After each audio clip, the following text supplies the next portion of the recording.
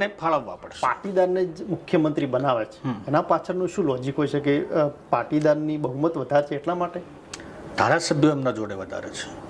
સંખ્યાની દ્રષ્ટિએ ઠાકોર સમાજ મોટો છે, ધારાસભ્યો નથી.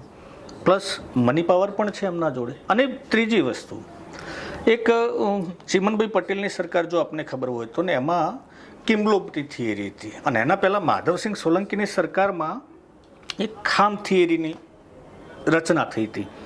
ખામ એટલે કે HM કે એટલે ક્ષત્રિય, હરિજન, આદિવાસી અને મુસ્લિમ, એક થિયરી હતી આવી.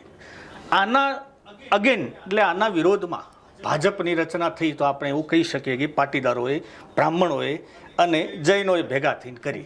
એટલા માટે મેજોરિટી એમના જોડે છે, પૈસા એમના જોડે છે, અને ભાજપમાં અંગત ખાને અત્યારે ચલાવવાવાળા તો એ જ છે ને.